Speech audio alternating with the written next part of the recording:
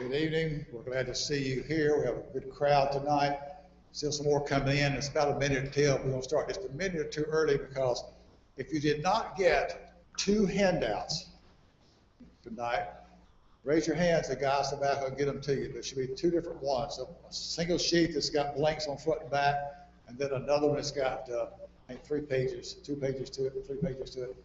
So put your hands up if you need a handout. One here in the middle. Craig down in each one back in the back over there. Let's get this part done right quick before time to start.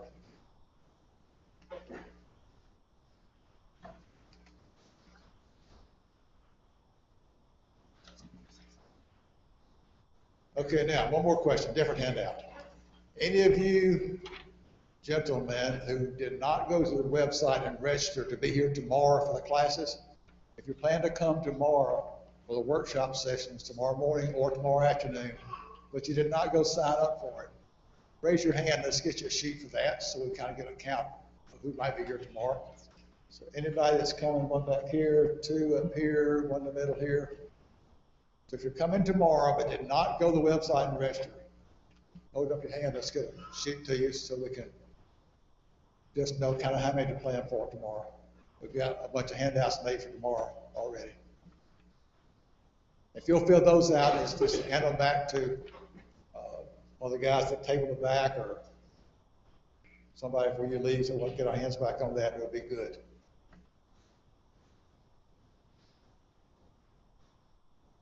Okay.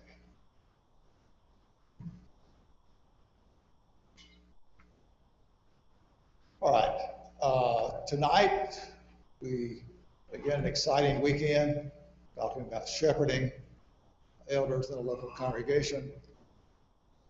Russ LeGrone and Marty Broadwell, both experienced shepherds from the Emory Hills Church in Atlanta, are here. They have done this same type material there in-house at Emory Hills, and then they did it at Northwood down in Tuscaloosa. David Maxson, having gone from Emory Hills to there, had them come to it there. Some of us went down and heard it there and wanted to bring it here for all of us to hear. So Russ will be up to speak first. He can make any more introductory comments he wants to, then introduce Marty. But the plan tonight is Russ will speak for a while, Marty will speak for a while. Then we're going into breakout groups. We'll talk about that right at the end of that session that we do. But we're going to break out them with the men in here, the ladies across the hall, and then the high school, junior high, high school people back in another room. And Marty is going back and talk to you. And that's going to go for a while. So we've got like a 2-hour session going tonight. We're hoping to stay with us. We have to leave, we understand that. So before Russ gets up, Coach Burrow is going to lead us in an opening prayer, and then Russ, it's yours.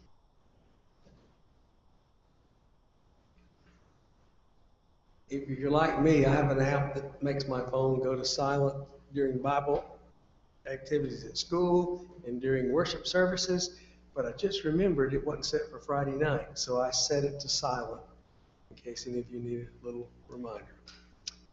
Let us pray together. Our Father who art in heaven, hallowed be thy name.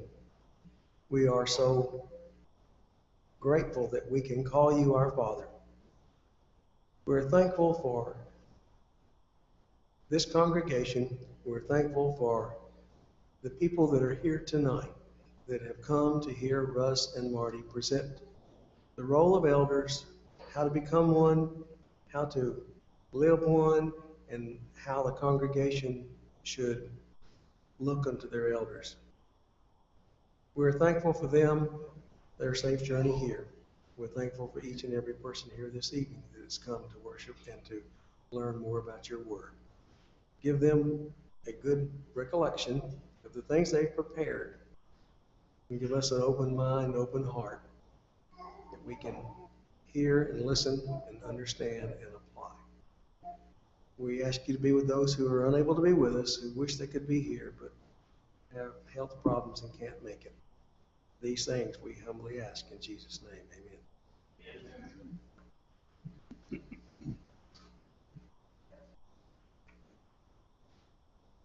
Got all this technology right. I hope so. We're really glad to be here. We scheduled this a good while back and have been anxiously looking forward to a chance to do this series with you. And I know that we don't know most of you, but there are a lot of familiar faces here too that we've met over the years, both Marty and I. And we hope over the weekend to get to know you a good deal better. Let me just give you a very brief introduction, perhaps to the two of us. Marty may add just a little bit more, but I'm an Alabama guy. I was born in the state. I was born in Tuscaloosa. Grew up mostly in Birmingham, though I had 2 really great years in Coleman. So I was close, not quite to Athens. But I went to the University of Alabama, and while I was there, I met my wife, Kay Hutto. And after college, the 2 of us moved to Atlanta in 1984. And we've worshiped there in the same congregation, lived in Atlanta now for 30 years, there in Embry Hills in Atlanta. And for the last 7.5 years or so, I've served as an elder of the congregation there. But I will say that Athens is a very special place for our family. Some of you may know that Kay's dad preached at one time here at Eastside. But for most of our married life, they lived somewhere either in Athens or close by. He preached, I know, for a number of years at the Jackson Drive congregation. And so for us as a family, we were constantly coming in and out of Athens. And all of our family have very special memories of different places and things that we did here in the city. So this is special for us. And Marty was an elder for 13 years. At Embry Hill. So we've mentioned that both of us have served as elders, but Marty stepped down this past September following the passing away of his wife, Mary. And I say that, I think it's important for you to know that, in part so you understand why Marty's not serving as an elder now. It's his choice to step down. But he served in a very exemplary fashion over the years. But it also highlights something that I think is important about this series, and that's the idea of preparation, of being ready to serve. And one of the things we hope that we're able to get across this weekend, especially in our sessions tomorrow with the men, is that you don't really know all of those opportunities that God's going to give you in life to serve, and you need to be ready when the time comes. And sometimes it comes sooner, perhaps, than you may expect. And in our breakout sessions, I'll kind of share a little bit of that from my perspective to some of the men. There are a lot of purposes of our weekend study, not just that idea of preparation. I hope it impresses upon all of us a deeper idea of the importance of elders. It is God's plan for local congregations to have their own plurality of elders. And if that's God's plan, we need to understand a little more about why that is. How is it to work? Who are those men supposed to be? And we'll get across a number of those things, especially in our first session here as we introduce some of the roles of elders. And at the same time, well, let me do this. Let me just kind of show you this roadmap. This will help you a little bit. I was told this would. All right, so if I quit doing the pointer and actually do that. There we go. All right, so this is a kind of a calendar for our next few days here. You'll notice Friday, Saturday, and Sunday broken up into 3 blocks of time, the morning, the afternoon, and the evening. We'll start by just looking at what we're going to do tomorrow, because we have 2 sessions for the men. If you're coming in the morning session, we'll have 4 different lessons that we'll cram into 3 hours. This is actually part of a 6-lesson series that we developed a while back. And we would normally do them over a 6-week period, kind of one a week. But we've done this once before where we jammed all of these together. But notice these 4. The first one is the nature of the work. What is the work all about?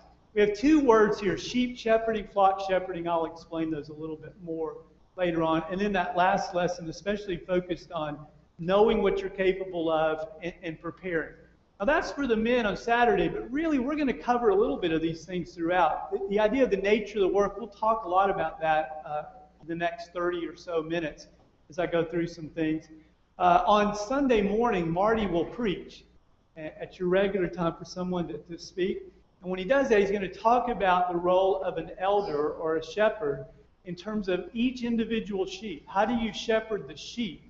Which is, of course, our second lesson there that we'll cover on Saturday morning.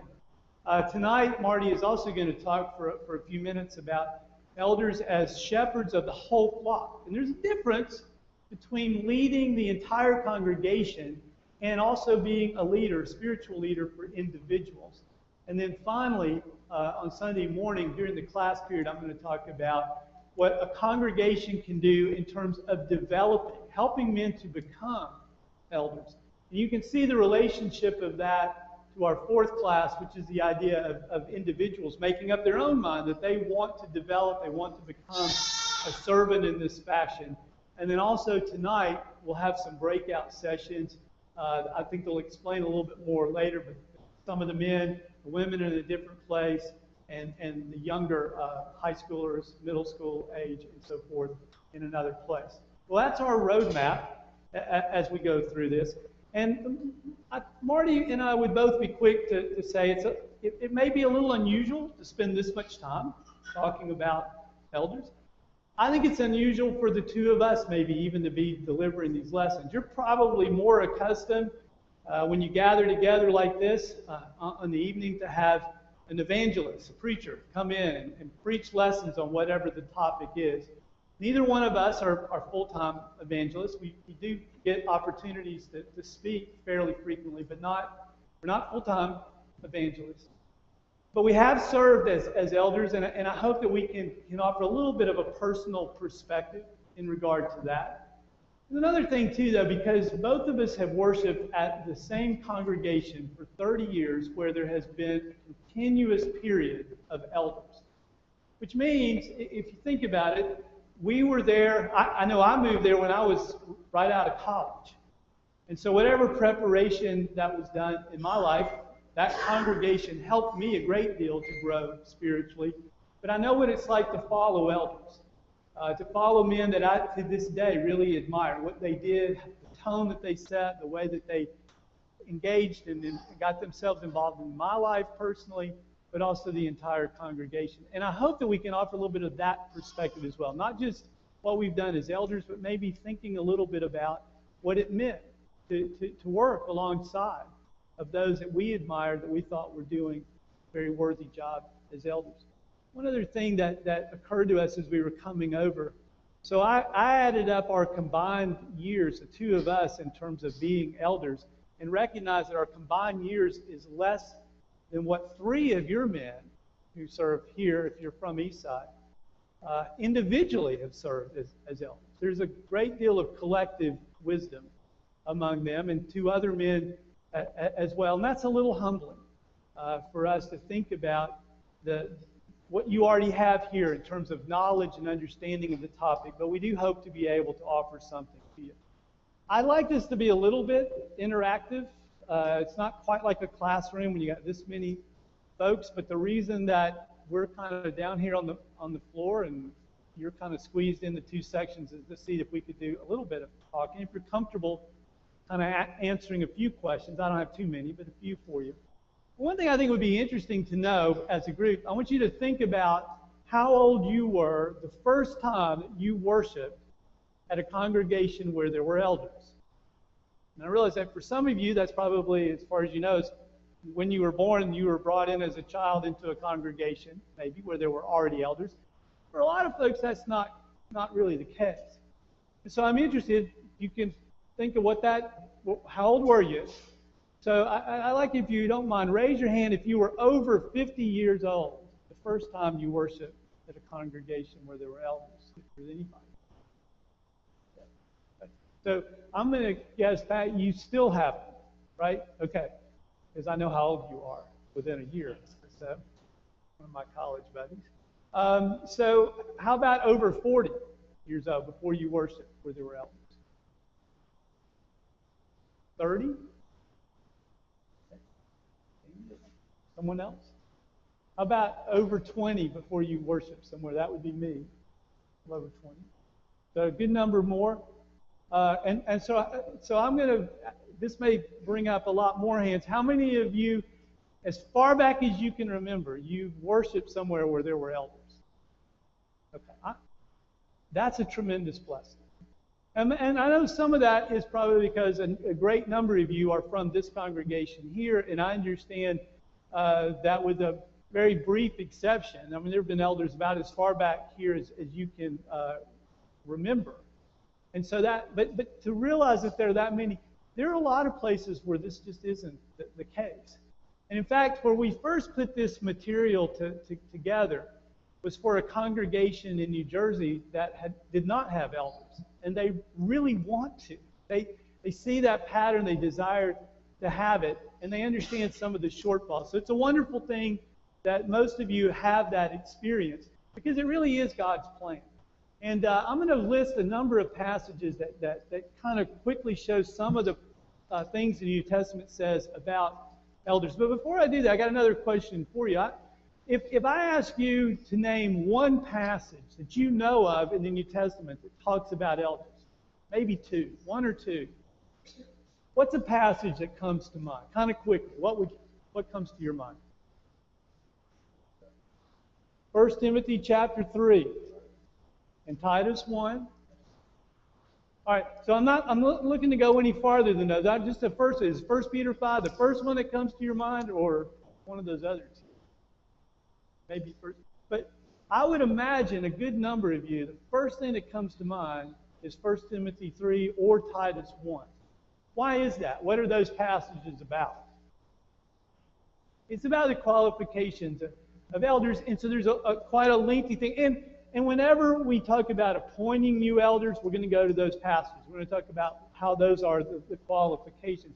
And sometimes that's about all we really quickly remember. Now, there's a few others. I mean, Acts 20, there's that address of Paul. It's kind of got quite a number of verses. But if you really want to go to a place that for an extended period of verses talks about elders, those kind of come to mind. Those two passages, though, are primarily about the qualifications of someone who would serve as an elder, not really so much about the work itself. Now, there are some implications in those qualifications that would tell you a little bit about the work. For example, if you're supposed to be able to teach, that would suggest that part of the work of the elders is what? Teaching. I mean, some way or another, you're going to be instructing and doing that. So a little bit of that, but not a lot. But notice how many passages there are in the New Testament, and these aren't all of them. In fact, Marty's got a longer list. It'll come up a little bit later. I just want you to notice a number of things that are listed here. I'll put all of them up that I've got. These are a number of places where you will find elders being mentioned in the New Testament, and you get a better sense of what it was that they did. In Acts 11, it talks about monies being placed into the hands of the elders, who in turn were obviously using it to be able to take care of the physical needs of some of those in the congregations where they were. In Acts 14, you've got Paul on his journeys, and he's converted people in various cities, and they appointed elders for them in every church. It's an indication of how important this role must be, that every church, every congregation ought to have elders. In Acts 15, they're dealing with a doctrinal issue. Now, I know that the apostles are there, but if you read carefully, the elders are there with them, and they're discussing and trying to decide something very important from a doctrinal matter. In Acts 20, there's two verses mentioned there, but there you've got this discussion between Paul and the elders who are in Ephesus. And so, on the one hand, again, here's a picture. Here's a congregation, a well-known congregation for us in our New Testament. They had elders. But among the verses that you find there is one that talks about them being made overseers to care for the church. So they're doing something positive for the benefit of that particular church in Ephesus. Among the things they would do that was positive, we'll come back to this passage a little bit later on, Acts chapter 21, they were guarding the unity. Here Paul had come back from some of his travels. He's back in Jerusalem. There's been some questions raised about what Paul taught relationship of the old law, and so forth. And you see him in Acts chapter 21, he meets with the elders. And the elders have some advice for him that if he followed, they believe would kind of help promote the unity that was there among the Christians in Jerusalem. And of course, in Paul's letter, elders show up in a number of different ways, different places. Ephesians chapter 4, he talks about them being a gift to the church. And so, once more, in that passage, I think what you have is the idea of how important elders are. They're a gift. They're something that ought to be useful for the congregations where they are. He mentions the elders, or rather overseers, as being there with the deacons in Philippians 1. Titus 1, verse 5, which is kind of leading into those qualifications. But he tells Titus that what he needs to do is to put what remained into order and appoint elders in every city. And I take it from that the importance of elders is things aren't quite in order. They're not quite where God wants them to be until those elders have been appointed. That's again, a positive thing for them. Elders were, the qualifications, we mentioned those, they're teaching, and perhaps some of them even being supported there in 1 Timothy chapter 5. Peter talks about it. He gives some instructions to the elders. We'll notice a little later he's also giving some instructions to those that would follow those elders. And then finally in the book of Hebrews, it talks about the value of elders in terms of what they could do for individual members spiritually. In the book of James, you've got them coming and praying for those that are sick. What's nice about this list, of course, is that it takes you through the history of the church in the book of Acts.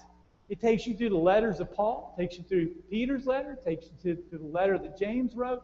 Everywhere you look in the New Testament, there's something said about elders and about the role that they were playing. We might ask this question then, so who are elders? So they're all over the place. We read about them a lot, but what can we say about who they are? There are three terms that are used for elders, and you'll notice that in each of these I put kind of a slightly different translation of the same idea. Because it may depend on what translation you have in your hands. All of these terms represent the same office, the same role or responsibility. And I'm going to put a few passages up in a moment, and when I do, without trying to prove the point in a very strong fashion, I think that if you pay attention to the verses that we're going to put up, you'll see these words being used interchangeably within the same verse. We might have 1 Peter 5, and Peter is addressing elders, but he talks about elders being those who were shepherding. So you see the two words being used together in the same place because it's the same role. But you can see in those titles, so sometimes you have the word presbytery. Usually it's going to have to be the King James Version before you'll find that term. When we talk about presbyters, what does that make you sound? What does that sound like to you in terms of perhaps a religious group? And that's the reason they're known as Presbyterians. It has to do with the leadership model that they followed, which came out of that word presbyter, which is really the word we usually refer to as elders. Then you've got the idea of a bishop, or most frequently we'll use the English Standard Version as we go through these things. There, it's typically translated overseer, but your version may say bishop, which seems a little odd because we don't think about bishops in the Lord's church, but there are bishops. An elder is a bishop. He's an overseer. He's a shepherd. And that last word, of course, shepherd, sometimes it's rendered pastor. And unfortunately, that word, too, kind of gets caught up in our connotation. There are religious groups that have a pastor, usually, one pastor there, whereas in the New Testament, there was always a plurality of these leaders in an individual church, but there would be pastors. And I know it's interesting every once in a while somebody will come to Embry Hills and say, so, can I meet with the pastor? And somebody will come over and look at me like, well, he's a pastor, you know. But they're thinking something a little bit different in these terms. Here's some places where you'll see these terms being used. So this will help you kind of get an idea of some of those verses. Not all the ones we listed before.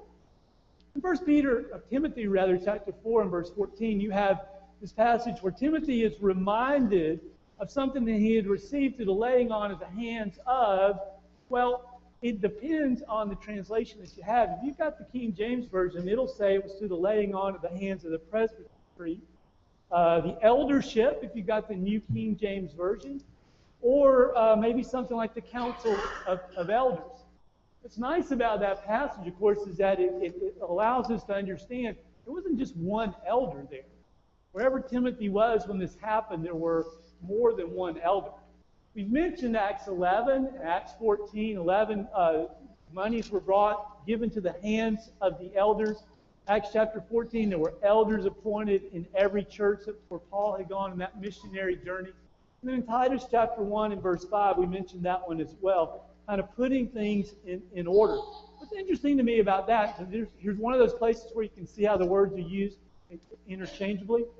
Titus chapter 1 and verse 5, Titus is told to do this, to give those qualifications, kind of put things in order regarding elders.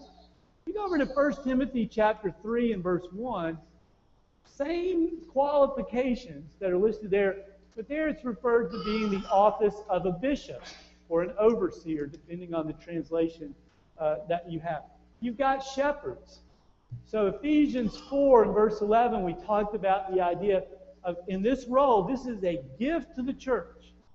You have this as something that ought to be useful to you. Well, the word actually is shepherd. Given shepherds to be able to do this. And of course, in 1 Peter chapter 5 and verse 2, it talks about shepherding the flock. That's the responsibility that elders had, to be shepherds over the flock. But in 1 Peter, the verse before that, Peter's referring to elders. So again, you see that how these words are used interchangeably here. Here's another one. This is the Greek word episkopos. I have no idea how to pronounce it, obviously, but that word is usually translated either overseer or bishop. So here's our third one of those different words, and here are some places where you'll see it being used. Does that word, by the way, episkopos, does that remind you of a religious group, perhaps? Episcopal. And it's interesting, as I understand it, one of the reasons why those names for those groups came in is because their leadership model is different from one another. The way that leadership is done within the Episcopalian Church is not the same as it is within the Presbyterian Church. And so in Episcopalian, you have bishops, and that what they are ruling over is different than Presbyterian. And it's not the same. I have to say, it's not the same as what you're going to read in the New Testament in terms of the role of elders. Throughout most of our study, we'll use the word elders. I think that's what we're most comfortable with. I could spend the whole weekend and talk about the role of bishops. You know, we'd probably just kind of grade at it a little bit. It'd be okay, but it wouldn't feel quite the same. So we'll generally talk about elders or shepherds as we go through this. The question is, what are they to do? What's this responsibility of them? And we'll just put this on right up front. It's important to understand elders are to rule. They have a responsibility to lead. There's some element of authority behind what they are doing. And so that word that's used in 1 Timothy 5 and verse 17 in regarding to elders who rule well has to do with standing before. That they are ahead of. They're trying to exercise a degree of leadership. And, you know, there are times when members are a little uncomfortable about that. Maybe even a little bit afraid. When a congregation has not had elders for a long time, and now they're going to be appointed, what often happens is there's this little bit of anxiety about the loss of what we used to control, or we used to be involved in this, as if all that's turned over. But there is an element of rule that's part of this. But at the same time, a lot of it is implied in what's taught here in 1 Peter 5, verses 2 and 3. I'd like you to open up your Bibles to 1 Peter 5. I want you to help me to kind of understand what's implied in terms of what elders do in this passage. So let's look at this. They are to shepherd a flock. So before we say anything else, just if in this passage, he commands them to shepherd a flock. What kind of comes to your mind might be involved in an elder's responsibility if they are shepherding a flock? Protection. Yeah, the eating food, right? And so that fits very well with the way the scriptures are often presented as being like food. So these are good. So you see some things that they ought to be involved in. Protection, feeding, spiritual food. But there's also this idea that they would do this not under compulsion. That kind of brings anything that comes to mind about maybe not just what they do, but about the whole office of an elder and how somebody becomes an elder. What does that suggest maybe the fact that they're not to do this under compulsion? It would imply that they would desire that, which was one of those qualifications. Yeah, Doug.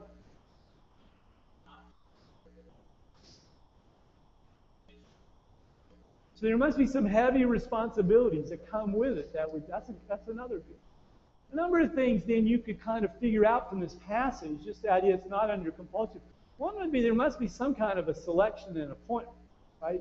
That could run along the lines of being kind of pushed into it, but hopefully not. Hopefully a process in which that desire for the office and things came to light and others were ready and willing to serve with them.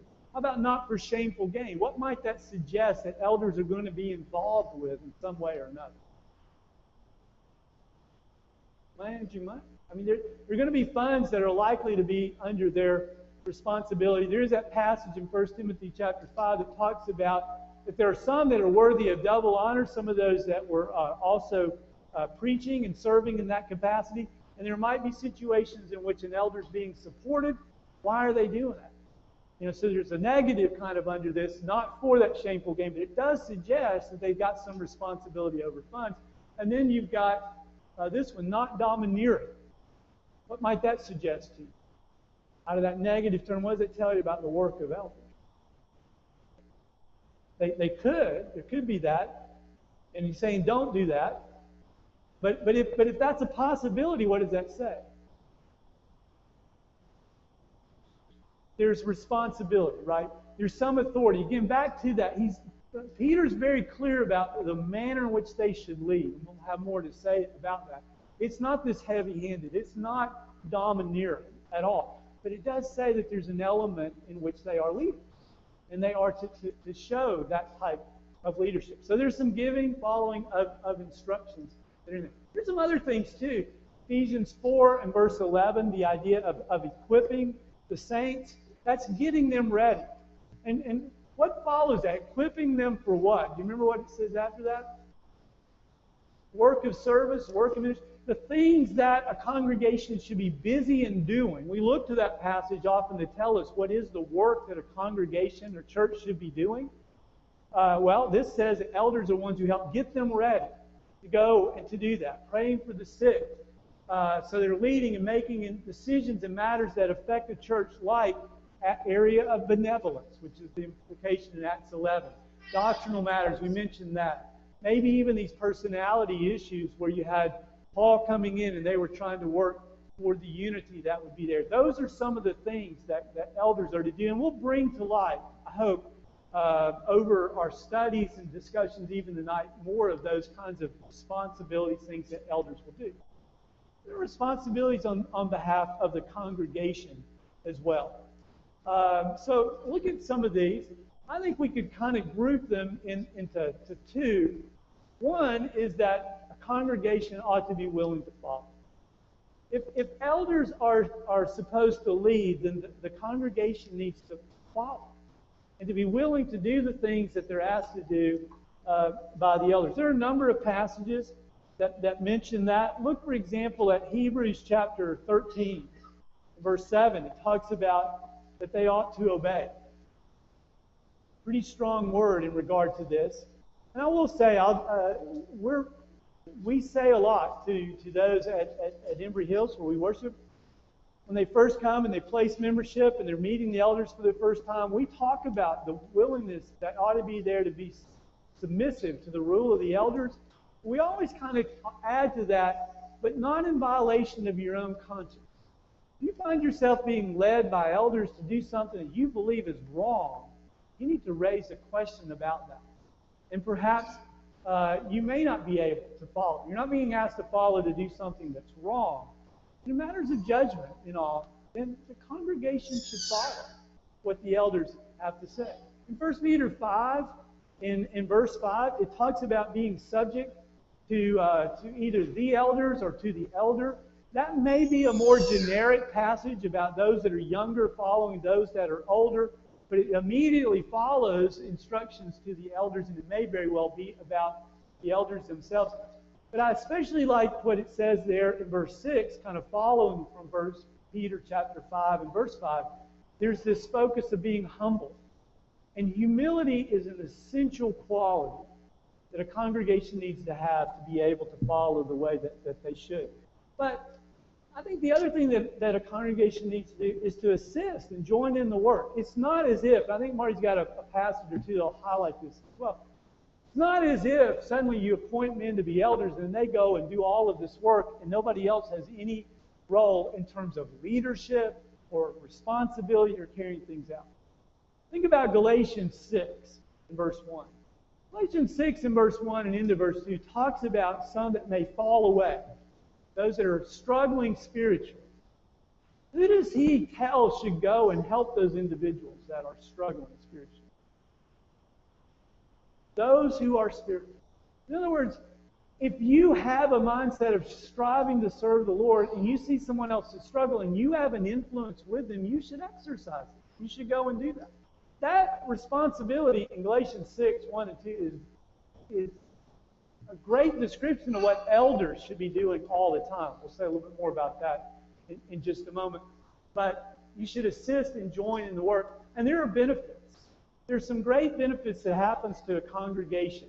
When they have elders, the elders lead effectively, the congregation is following with peace and in unity and striving to do those things. And I'll just mention several to you because I need to kind of wrap up with one last thought that I want you to have in your mind in terms of a definition. Think about some of these things that happen along the way. So you've got an increase, it says, in activities and opportunities. I wonder, how is that possible, that that's the case? Think about Acts 15 again, there where you've got this question, serious question about teaching and about doctrine. It needed to be decided. There needed to be some degree of understanding, of learning, and thinking that through so that those that were there in Jerusalem and others that were leaving from there and going and teaching in different places would have the truth.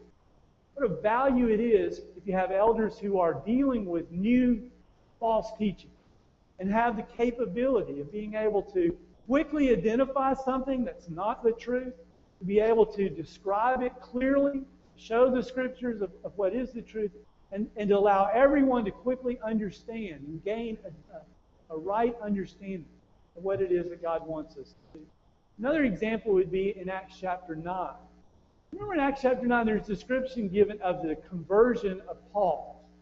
And so Paul becomes a Christian, shows up in Jerusalem, and how did folks feel about Paul when he, still known I guess as Saul there initially, when he showed up in Jerusalem? What was the feeling about the congregation, the church in Jerusalem? That's a lot of fear, right? What do you mean? What do you mean he's a Christian? What do you mean he's showing up here? You know who saw that? You know who resolved? Now we know, I think most of us know that Barnabas kind of stepped in. Here's somebody taking the leadership role because he understood the circumstance. But who did Barnabas take Paul to? It wasn't the apostles. That's what's interesting about that passage. He takes him to the elders there in Acts chapter 9. And the elders are the ones who deal with this issue.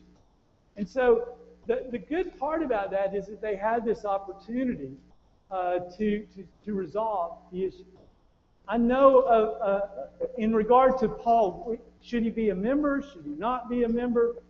Is that an important question sometimes for a congregation to kind of think about and to work their way through? I know of a congregation a number of years ago had someone who came to them to place membership, And there was a great deal of disagreement about whether or not fellowship should be extended to this individual or not. And there were no elders there. And so the discussion went on for months about whether or not this person ought to be accepted as a member, to the point that it had a devastating effect on that congregation. Think about how helpful it is to have elders who deal with those sorts of circumstances. Because what they will do, they will make a decision. We should have fellowship with this person, or we shouldn't. Does that mean that everybody in the congregation necessarily is going to agree with that decision? Perhaps not. And if it violated your conscience in some way, you'd have to make a decision about what you would do about it. But think about the peace and the quickness with which that would allow us to know this is what this church is going to do. We believe it's acceptable, and for these reasons, to have that fellowship with them. And in the case of Jerusalem, they might have debated over Paul for a long time, but with leadership, they came to a decision. And it brought peace among them and allowed them to, you know how much they accomplished going forward from that. And there are other ones too that talk about just the multiple blessings. We've mentioned Ephesians 4. In 1 Timothy chapter 3 and verse 5, it talks about elders caring for God's church. Hebrews 13 and verse 17, I'm going to come back to that verse in just a moment. I want to wrap up the thoughts I have this evening by asking you this question. Why is it that churches really need elders? And what you'll hear from the two of us over this weekend, especially those of you that will be in the workshops tomorrow, we'll talk about shepherding. And we'll talk about shepherding the flock and shepherding the sheep. And we'll draw a distinction. What do we mean? What does it mean to shepherd the flock versus shepherding a sheep? Shepherding the flock is leading an entire body of people. It's leading the whole church. And it is an important work. And this comment is not meant to minimize the importance of that, but to say of these two responsibilities of elders, being shepherds of the flock and being shepherds of the sheep, I believe that being a shepherd of the sheep is the one that is of even greater importance. What happens, though, is that our picture of what elders do is mostly kind of wrapped up in shepherding the flock. It's those decisions that they make that affect the whole congregation. Should we expand a building or not? Is it time to restripe the parking lot? Who should our preacher be? What time should we meet? And what teaching program should we have? And who are the men who are going to come for our gospel meetings? See, those are things that kind of affect everybody. And we recognize that those are decisions oftentimes that are in the hands of the elders. And that's kind of our picture of what they do. What's interesting to me is that without elders, as long as nothing really kind of changes or no big decisions need to be made, you almost get that impression things are just as good without elders as they are with elders. Now, if the preacher leaves and we have to find a new preacher, then all of a sudden we recognize, well, this isn't easy. Every member trying to weigh in on that, you see the value of elders. But that's the way we often think of is this responsibility of leading an entire flock. I think the more important responsibility is being the shepherds over every soul. Let me show you a couple of verses, and then I'm going to let Marty kind of take over here. Hebrews chapter 13, verse 17. As an elder is the passage that to me worries me the most. And I think that almost every time that somebody comes and places membership at Embry Hills, this is a passage that comes up in our discussion with them because we want them to understand as elders what we think our responsibility is to them. Here it says we're to keep watch over your souls as those who will have to give an account. That's a scary thing. But elders are concerned about your soul.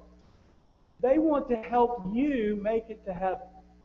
And so it says even here, let them do this with joy. It ought to be something that is of great benefit to you.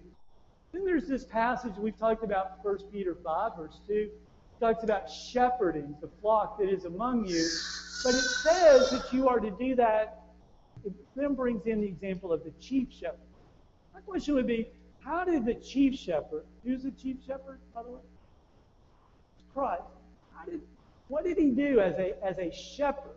Well, fortunately, we have the book of John. John chapter 10 gives a picture of that. Here's some things that are I'm reminded of as an elder. He calls his own sheep by name and leads them out. They know his voice. I need to have a relationship with all of those members in the congregation. I need to know them. I need to know them by name. And that, shamefully, people come up and I'm thinking, what's the name of their... And it's not just know them by name. The implication here is he really knows them personally. And they know his voice. I know my own know me. And so that ought to be on the mind of every elder, and it ought to be a benefit. That's the real, to me, the heart of the work that an elder does, is this responsibility. And think about this, in conclusion, what I have to say. Here's a passage out of those qualifications for an elder out of 1 Timothy chapter 3. This is one in which you can kind of get a little bit of what he is to do, not just the qualification, because it talks about caring for God's own church. But before that, it mentions the fact that he has to manage his own household well. Else, how will he be able to care for the church? In other words, when you look at men who might be qualified to be elders, you're looking to see how did they handle themselves within their own family.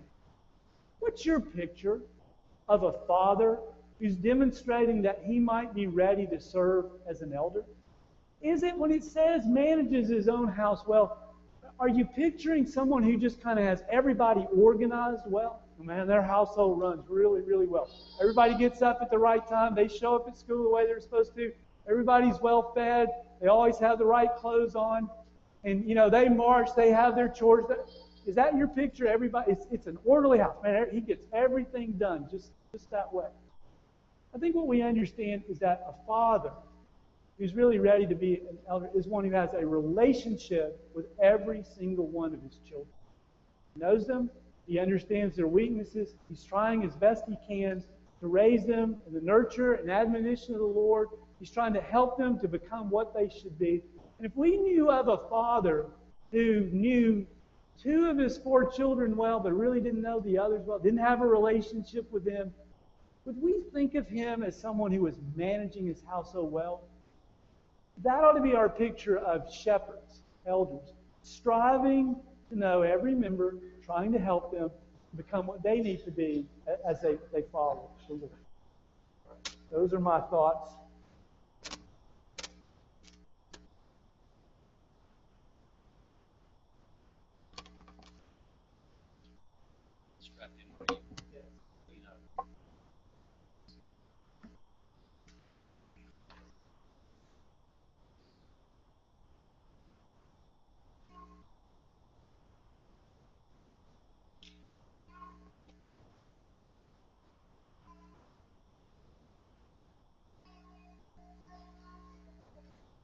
I'll add my gratitude to what Russ has said about your attendance tonight. I'm in some ways intimidated by all the eldering experience that is here already.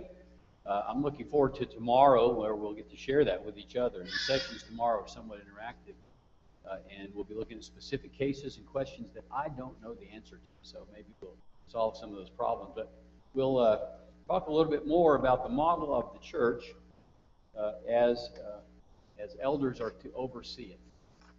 And Russ kind of spilled the beans at the end. We really only have one simple message for this weekend. In a way, it's the theme of all the sessions, and that is elders shepherd sheep.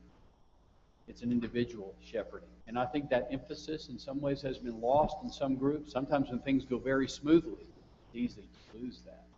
Despite that, however, I'm going to talk about elders as shepherds of a collective group. And I'm going to talk about that for a little while because there is a role there, and I'll prove that to you with a couple of verses. But you'll see how these fit together at the end when we get through that. The reference to the flock as a collective group is found several places related to elders. Take heed to yourselves and to the flock, among which the Holy Spirit has made you overseers. Flock is a singular noun, right? But it's one of those collective nouns. It means there's some things within it. Same thing in this passage here. Shepherd the flock of God which is among you, serving as overseers, not by compulsion but willingly, and so on. So this idea of the flock as a collective unit is quite scriptural in what it does. So I would ask you, this is my outline, I'll go on. I want to talk about some misconceptions about this collective. Think about this. And I think when we have attended a church a long time, or in a community where the church has been around for a long time, maybe we've grown up in the church and haven't really seen a contrast with other places, we have a temptation to see the church in maybe some erroneous ways. I don't mean we say this out loud, but just in the way we think about things, and even in the way we think about leaders and how they ought to be selected. When I was preparing this material, I was in Georgia, and we have a thing called an inspection station for our vehicles. I'm seeing blank looks. Y'all know what that is? Well, I understand that there's not such a thing in Alabama. But anyway, I guess that means all the pollution just comes right on over into Georgia, and then we have to get our vehicles inspected to help with that. You know what I mean by an inspection station, right? It would be like you have to get your driver's license renewed.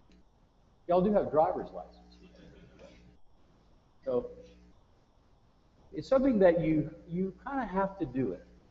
Is your favorite thing to do? Is it so much fun that you think, I'm going to go every 6 months instead of waiting for a year to get it done?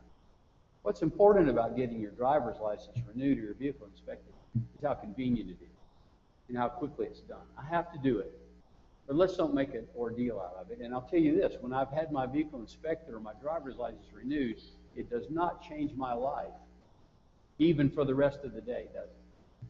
I've just come in and I've done my duty and I move ahead. And if you were choosing leaders for an institution or organization like that, what might be some of the premium qualities of a leader? Yeah, nothing goes undone. We get it done, and not only attention to the detail, but what else? Efficiency. Let's make it run. Don't pave the parking lot. You know what I mean? So it's convenient, it's smooth, it's pleasant. I get it done as pleasant as it can be, given the kind of thing. I think a little better model, perhaps, would be a club of people who have a common interest. Maybe it's a book club. Maybe it's a club about music and so on. In that case, it's somewhat voluntary. You don't have to go. You go because you like it. There's something about that that's very pleasant. And you go and you talk about things that are of interest to you. You maybe have this feeling of being improved. You certainly are entertained. It's an enjoyable experience. And what would a leader of a group like that excel at, do you think? What would make a good leader of something that's a common interest club? Oh, he's fired up. In fact, he's not only fired up himself, but what else? We're all fired up, right? And that keeps people coming. And what's the experience when you're there? Oh, it's happy. In fact, if you come and everybody in this common interest club is fighting all the time, they'll lose interest. It's not worth coming. I came for a specific pleasurable thing to happen, and that's not happening. And this leader's not getting the job done. And so I'm just going to go somewhere else. Use my time differently. Another model is that the church, a local church, is like a corporation or a business. And that is that there's some premium on things like growth, right? There's progress, there's a goal. This corporation has been established in order to accomplish something, right? Something like that. And what kind of a leader would you want there?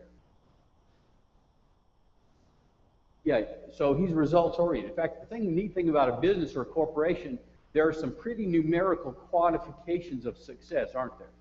What's the profits? What's the growth? What's the revenue? What's the top line? What's the overhead rates that we're achieving and that kind of thing. Let me ask you another question about a business or a corporation. What happens if you hire someone and they're not productive? Well, yeah, right? I mean, you've heard of somebody, you hire them and you have to hire 2 more people to make up for that, right? What would a good leader do in that situation? Got an unproductive employee, maybe even worse, they're harmful. They don't just not do anything, they mess things up, right? They create more scrap than they do value, something like that. What would a good leader in a corporate group like that do? He would take action, and he'd be decisive, and he would understand that there are bigger goals than this little employee's good, welfare, right? We've got to move on and accomplish other things. I would say about all 3 of these models, and you can think about how, well, there's a little bit like the local church there. You can see some similarities, but at the same time, there's another goal behind these, right, that's kind of independent of the people that make it up. Do you see that? Keep that thought in your head. The easiest one to illustrate is the corporation. In some sense, if I could eliminate all my labor costs and still make a profit as a good business guy, what would I do? I'd fire everybody and just rake the money in. Wouldn't you do that? In fact, that's kind of like selling software. Right? Just collect the license fee. You see what I mean? There's a goal, an operational goal, which is somewhat independent of each individual member. Even the club probably has this sense of self-perpetuation. And if someone's a troublemaker in the club or is always fighting or arguing, what would we rather them do? Just not come to the meeting. You know what? This isn't free. Keep those thoughts in mind as we kind of think about what the church actually is. So, save time, I've covered all this. I would like to sneak up on this idea of what a better model of the church is by looking at what a church does. Now, I mean a local church, and I mean a collective group. Remember, we're talking about flock shepherding, this collective group. What do churches do? What do Christians collectively do when they're assembled together? Can you think of anything that the Bible says they should do? They worship. Can you tell me some specifics about that? I'll give a hint. Right? Yeah, there's 5 things I can think of. And they are pray, sing, observe the Lord's Supper, listen. If you combine teaching and preaching, I guess, then that would make 5 and not 6. So they all fit on one hand. And that's what assembled Christians did. Can you think of anything else that we have examples in the New Testament that assembled Christians did? And I'm kind of presuming, but I think it's obvious that if you're assembled in the same space at the same time, you're doing something collectively, right? I mean, there was a condemnation in 1 Corinthians 11 about not doing that, right? Not being together. You're supposed to. What are some things that Bible examples of the congregation doing things collectively? There's what? Yes, that's right. 1 Corinthians 5, you remember that? Paul even emphasizes when the whole church is gathered together. This is something they did at a special time. Everyone, what else? That's good. Another. Sure, these are ways in which that is done, but there's kind of this general discussion in Hebrews 10 about, exhorting one another and provoking to love and good works. The specifics of the activity are not exactly given, but that's what it's for. That's what it did. Good, good. Others. Okay, you remember when Paul and Barnabas, first journey, they returned to Antioch after having been selected. The whole church, check this out. I think it's Acts chapter, 14? What's that? Yeah, 14. The whole church gathered together to hear a report from a man who had been preaching the gospel. And a great door of opportunity had been opened to the Gentiles. Great news. They all gathered together to hear about it. Kind of important in light of the controversy about to come in chapter 15, right? But how did Paul and Barnabas get sent out at the beginning, chapter 13? They all together. They prayed and they fasted and they picked those men. Holy Spirit helped them, sent them on their way. So picking men to go preach, hearing their reports when they get back. These are things Christians did assemble. What else? Are there other things?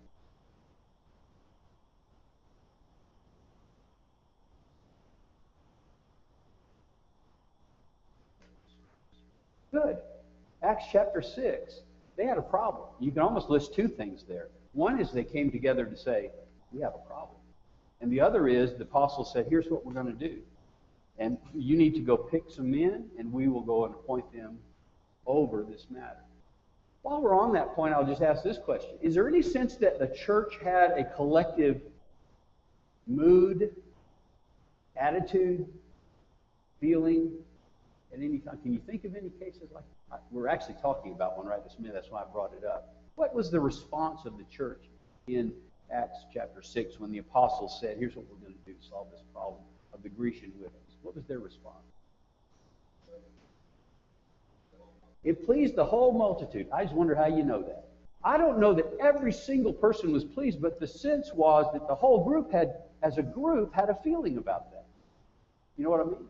And there are other places, just like Acts chapter 15, as another example, where there was actually a false teaching. They gathered together, they discussed the matter, they decided this must be God's will based on the Old Testament and experience of Paul, and they said, you know what we should do? We should write a letter, and saying what? Please the whole multitude. There we are again. There's a group response to what's going on. So I think these are some ideas. Okay, good examples. I will mention a couple. In James 2, the suggestion is that people come into your assembly, and how you collectively treat them is real important. If a poor man comes in shabby clothing and you don't welcome him, and a rich man comes in fine apparel and you welcome him, you're making a big mistake. You're being a respecter of person.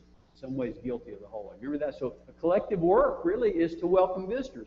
Similarly, in 1 Corinthians 14, where they were exercising spiritual gifts and apparently doing it in such a confusing and shameful way, even with women in a dominant position, what were they saying to visitors?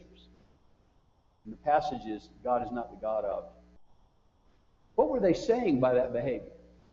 God is the God of confusion, right? But what it says, if you conduct yourself in a way that people see that, you collectively are saying that God is among you and he'll fall down and worship God. That's what that passage says.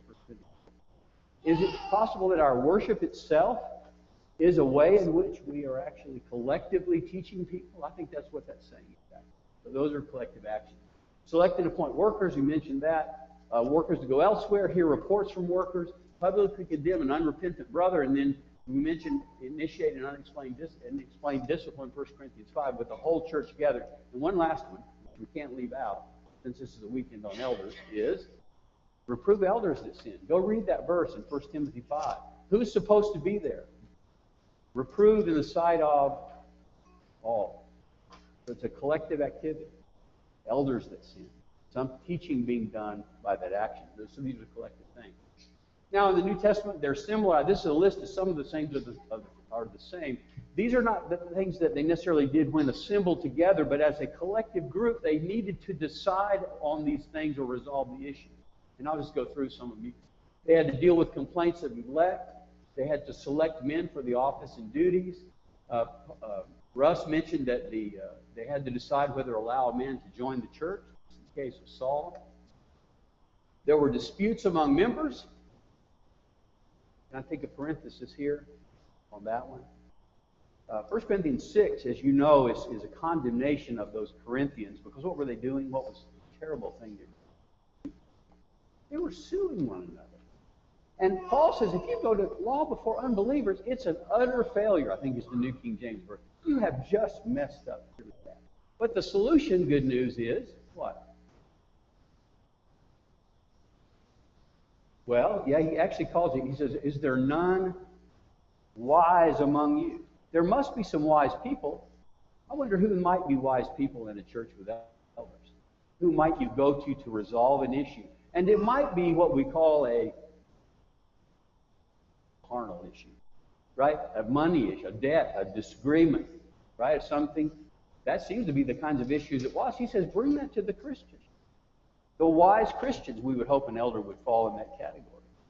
So that's something that the church, in fact, Euodia and Syntyche in Philippians 4, how are they supposed to resolve that?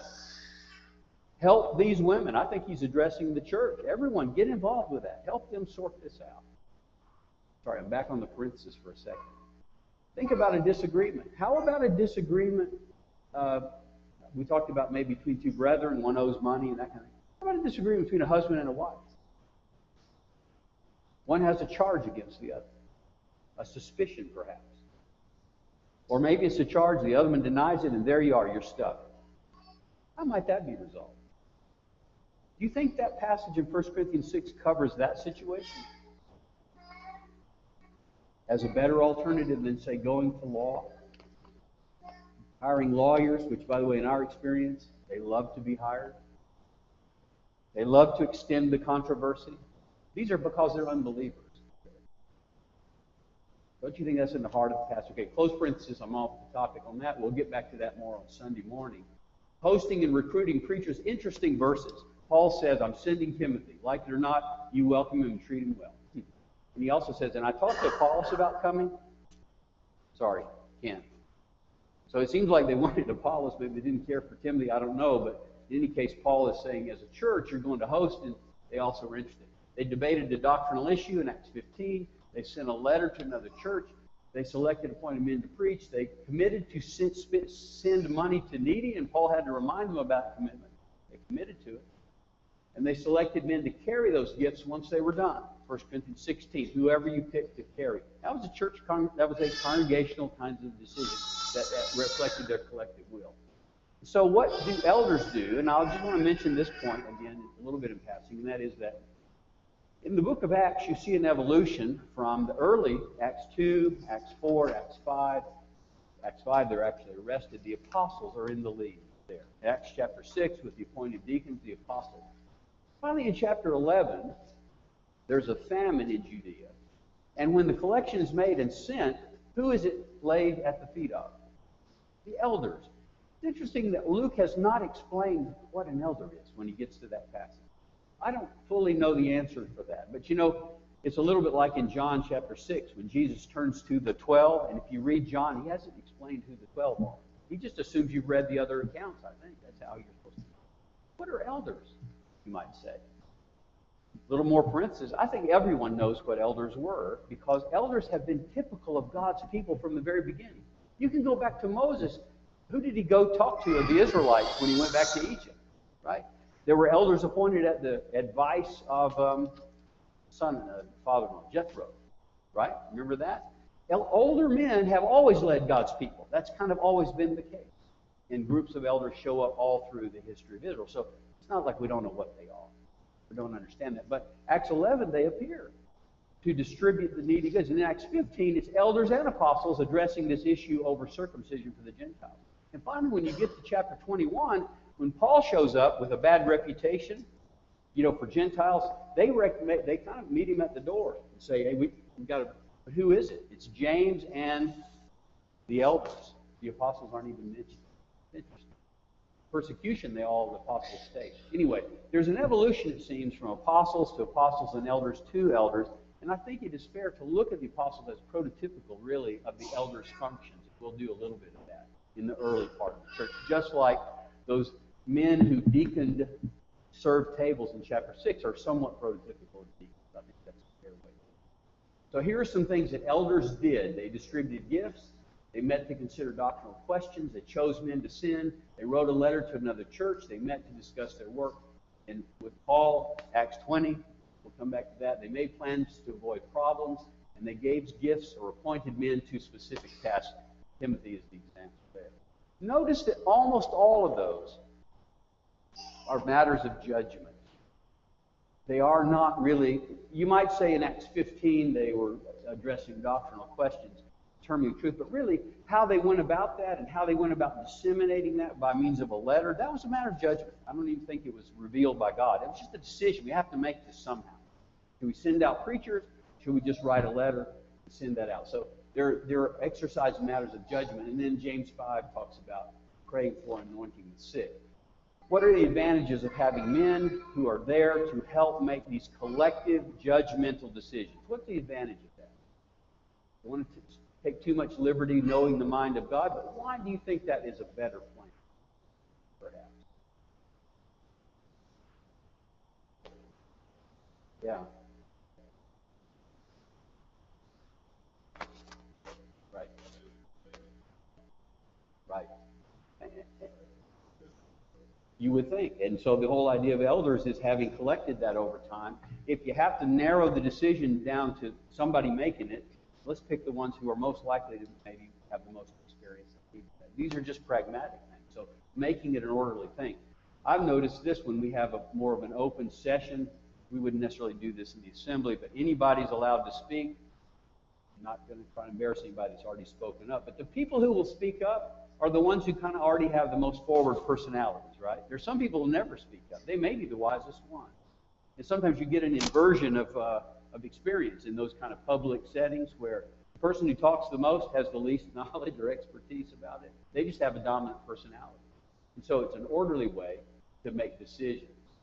I think there's something else, too, and that is if we just wait till a decision's about to become a crisis, that's not a good plan either, is it? So I think the whole idea that we have some initiative, some looking ahead to say, hey, you know what, this is going to become a crisis if we don't address it. The building will fall down if we don't do something about it, right? or there's a level of dissatisfaction with the Grecian widows. It could probably go on for months, but we need to take initiative in addressing it. So this idea of bringing a decision to closure and to attention. And finally, setting directions.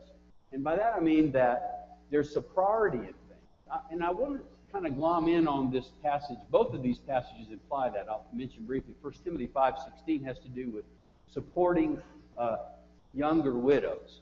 Actually, with not supporting younger widows, right? They're not widows indeed. Why is that? He says that the church be not. Do you mean it's a burden on the church to support these widows? It almost implies that might not be the real priority of the church. Its real work shouldn't be a burden. That's its goal. That's its mission. But similarly, really look at Acts chapter 6, verses 2 and verse 4. What is the reason these men are needed to serve tables? So the apostles could do what? Give their attention to prayer and the word. Verse 4 has both of those, right? Prayer, I think, is only one of them is in verse 2. I think it's prayer. Do you mean to say that it's more important to have the apostles praying and teaching than it is to have them feeding people? Yeah, that's what it seems to be saying, isn't it? And the same thing, is the primary mission of the church to keep widows fed, or is it to do something along a different line? Sure, sometimes there are people who are needy, but it's a burden. It's not the core mission of the church. I think so. With a kind of that, just seems to me that there's things that are not wrong or right, but they're more important. Some are, even though that we may have a responsibility scripturally appropriate to do. But it seems to me that people who have the initiative to solve it and have an idea of what's important would address that as well. Okay, I just left us with these terrible pictures of the church as an inspection station and a club of common interest in a business or corporation. We understand how there's something wrong with each of those pictures. Well, what is the church? And so let's try to address that with a couple of passages, and from that reason about what elders would really do. Here's a passage in Ephesians 4. For time, I won't read it. It's a passage that I find at Embry Hills we come back to over and over, because it's a little bit of a charter statement for what the church is about. What's it for? But notice it begins with gifts. In fact, if you back up in the text a little bit, there's a prophecy quoted about giving gifts to men. Interesting, the context is warlike if you go back to the psalm that's from. But giving gifts to men. And the gifts that he gives are apostles, prophets, evangelists, and pastors and teachers. So there's a start. These gifts are in place for something. And you can see from the text it has to do with the body. That is the church. It's the health of the body. So let's see if we can diagram that a little. So here are these gifts, which include pastors, verse 11.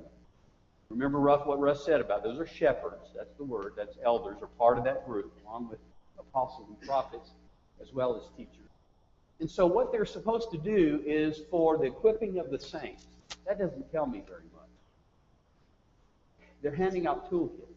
But what for? What are those tools to be used for? Well, to do the work of the ministry. Oh, okay, that's okay, but what's the work? You see, we're not getting quite that information. And what he says it's for is to edify or build up the body. There's a sense of constructing the body and making it stronger and helping it grow. That's what's there. And he talks about that till we all come to the unity of the faith. That sounds like a collective goal. Wouldn't it be nice if everyone in this collective group had unified beliefs and unified convictions and so on? Paul says to the Corinthians, be of one mind and one judgment. That in 1 Corinthians 1. He says, we all come to unity of the faith, a knowledge and a perfect man, verse 13. Full grown, I think, is the idea there. Strong, healthy people, vibrant, so that we're not tossed about. And he says, so that you'll no longer be children tossed about. What does that suggest? That there might be children in the church? And I don't mean young people, do I, here? What do I mean by when I say there might be children? No longer children. What is it? Right. We want everyone who's immature to become. Does that mean we don't want any immature people to start with? No, that's what we're doing. We're taking them from being immature to being mature, right? But he said, I want everybody to be no longer this, but become this. And that's part of the work of strengthening. So that's protected. So they're not swept away, easily deceived by every wind of doctrine and that kind of thing. But also it's progressive in the sense that they're growing up. They're becoming adults. That doesn't mean we don't want children. Is that we want children to stay children. We want them to grow and become stronger. That's what the church does. And if you look at that kind of core there in the middle, those are individual goals. Each person wants to be growing up so they're not tossed, and they want to be able to be defended or defend themselves against the false teaching. And he says one more thing about the edifying the body, that you're knit together. I believe that's collective. There's a tie that binds everyone. Knit together by your participation, that which every joint supplies, in the building and growth and the building up of the body in love. Those are the glue pieces that bring that group together.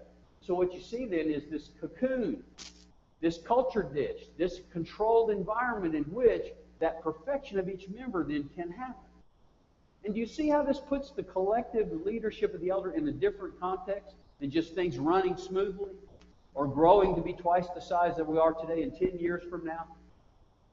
You see the difference is we're making an environment, according to this passage, that allows each person to become perfect, to stop being a child and grow into something else. It seems to me that would help inform an elder about the priorities that they would set, wouldn't it? What is the most important thing to pay attention to? And you can see that in the priorities of the apostles in Acts chapter 6, the same thing. So when you see an elder's work, yes, there are collective decisions that keep everybody unified, that keep the body from being fractious, that get decisions made in an efficient way, but they're aimed at this perfect man, the individual development of each Christian. That ought to be the priority, the thing that informs their decision. So, I'm going to turn to Acts chapter 20 and take a look at that. And I will assert to you that this is a pattern. Russ said where the passages taught about elders. The more we think about it, Acts 20 may be the best place to go for a kind of extended discussion. Because Paul says there that he is their example. Look at these passages. By the way, this is an elders meeting, isn't it?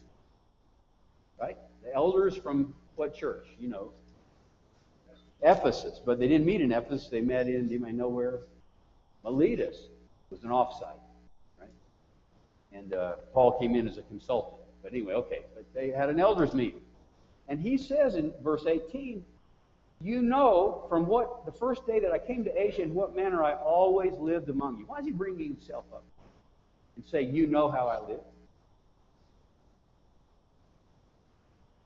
Because he's the pattern. He wants them to think about what he did among them. Look at verse 31. Therefore watch and remember that for 3 years, remember that's how long he was there, I did not cease to warn everyone night and day. Tears. Verse 35, I have shown you in every way by laboring like this. Paul's saying to these elders, by the way, he warns them, to keep yourselves into the flock. That's what he's saying. But he's saying, guess who you might think about as an example of what an elder's job would be. He says, remember how I did that. I left you this example, particularly verse 35. So they're an example. What are the goals of the work? Well, first, he says, I want you to know, because I labored like this, I'm innocent of the blood of every person. And that's because he declared the whole counsel of God. He labored night and day with tears. He labored publicly and from house to house. I don't want to make too big of a deal of that. Does it sound a little bit like flock and sheep shepherding? He labored publicly, and maybe they all fit in the house. But anyway, from house to house suggests individual. Now, maybe that was just evangelism, but it seems like there's a public and a private work that he did. So that's what he did. And he says, not only that, there's bad things coming. You need to be having that same protective attitude. And he also not just surviving, but here, just like in Ephesians, it's protective, but also it's progressive. This word is able to build you up. And in verse 35, I just want to spend a minute thinking about that, because I think we're coming close to a better model of the church. Verse 35. I've shown you in every way, by laboring like this, you must support the faithful Christians, the rich Christians that contribute a lot of money. Right? No, the weak.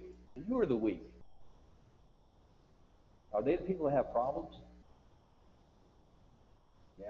Are they the people that sometimes are counterproductive to what the church is trying to do? Yeah. Are they the people that are always in the bench every service? No. He's saying, I labor like this to tell you who to support. And here's an idea of a better model of the church, although it's imperfect in a lot of ways. We've talked about this at Embry Hills quite a bit. Think of a hospital. Why do you go to a hospital? You're sick, and you want to get well. That's what hospitals do. Imagine a sick person showing up at the door and says, I'm hurt. And they say, sorry. You'll distract us, right? You'll be a drain on our resources if you come in here, right? Because you're sick. No, hospitals are for helping people that are sick to get better. Or imagine this situation. Someone comes in and they don't say anything. Why are you here? No, I just want to visit. I'm just visiting. That's it? Well, it turns out that every time they eat, they throw up and they have terrible pains in their gut. But they don't ever mention that while they're in the hospital. You see the analogy I'm making here? Are they going to get much benefit out of that hospital? Now, you see, the real plan is for people to come to the hospital and say, I'm sick, and here are my symptoms, and for the people in the hospital to do what? Help them. Help them grow. Help the weak, Paul says. I showed you this in every way, that our goal is to help the weak. That's what the church is for. Sometimes people get confused when they come on Sundays and everybody's wearing their best suits, or they're dressed up, and the kids are moderately well behaved on Sunday mornings, right?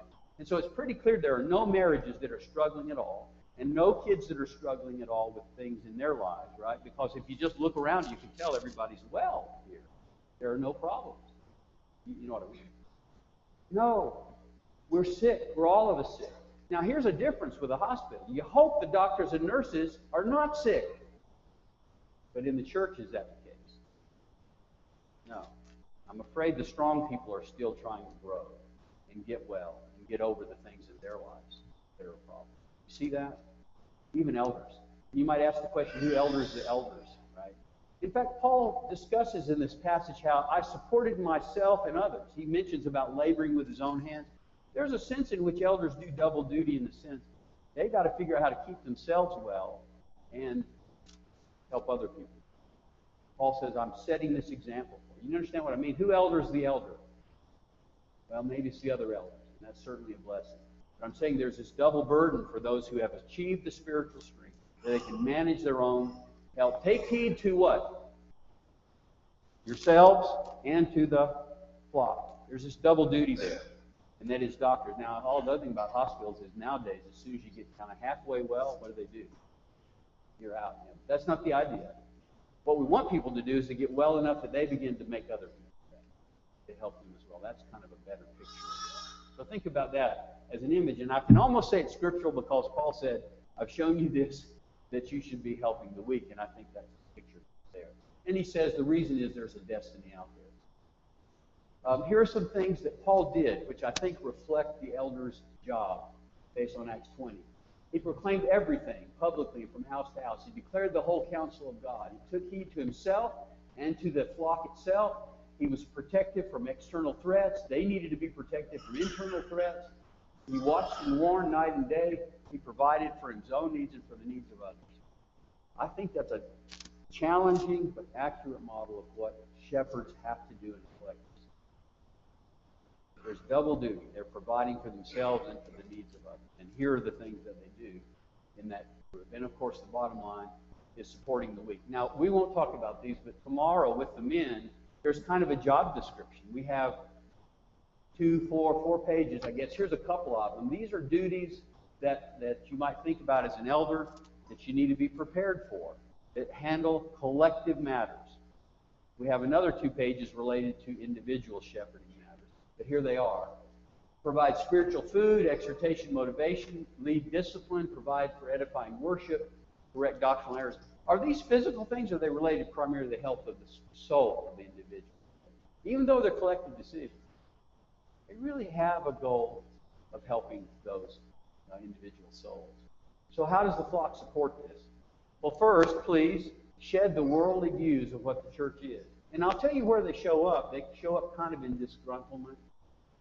You know, these classes are not very good. The building is so hot. Can we not get the air conditioning to work right? The traffic, parking is terrible. Do we sometimes, I think maybe sometimes if we're not very involved in the work, which we all should be doing, what we see in the elders is when they stand up at the table, like Wayne did a few minutes ago, and make some announcement, right? And that's kind of the extent of what we see them doing. We think, well, they're just managing the affairs, the finances, preacher selection, those kind of things. No, you see a different vision of what an elder is. It's way more important. So let's think about that. And when we see that, suddenly these external issues, these matters of just, is the inspection station running smoothly? Could we have a drive-up Lord's Supper window? Have we thought about, something that would be very, those issues do not, they just don't come up. We have such a much more significant issue, which is helping people grow who are weak and who are sick to become what they need to be so that they'll have an eternal destiny. That's the role. And so related to that, suppress criticism and strife.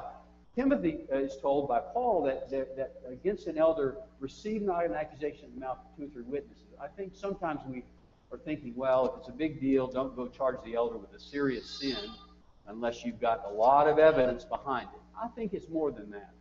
And it's in the context of judging men's characters, if you read that chapter carefully.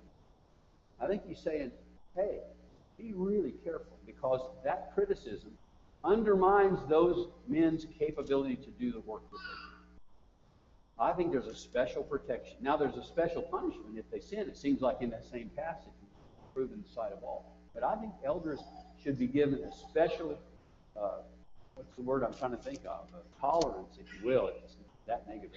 A special respect, special protection for murmuring. And the children of Israel were punished more instantly for murmuring and challenging Moses' leadership than they were for idolatry and the golden calf. Compare Korah and you see what I mean? This murmuring, read 1 Corinthians 10 about that. It's a serious sin against God. Esteem them highly. And I'll bring up this passage. I just want to say a little bit about that. It says, brethren, recognize those. This is 1 Thessalonians. Amazing to me that only a few months after that church was started, they had elders. But he says, we urge you to recognize those who labor among you and are over you in the Lord and admonish you. Pretty good description, elders, in their sheep shepherding roles. And esteem them very highly in love, because they're the smartest people in the church. Because they never make mistakes. Because they were elected by a majority of the group.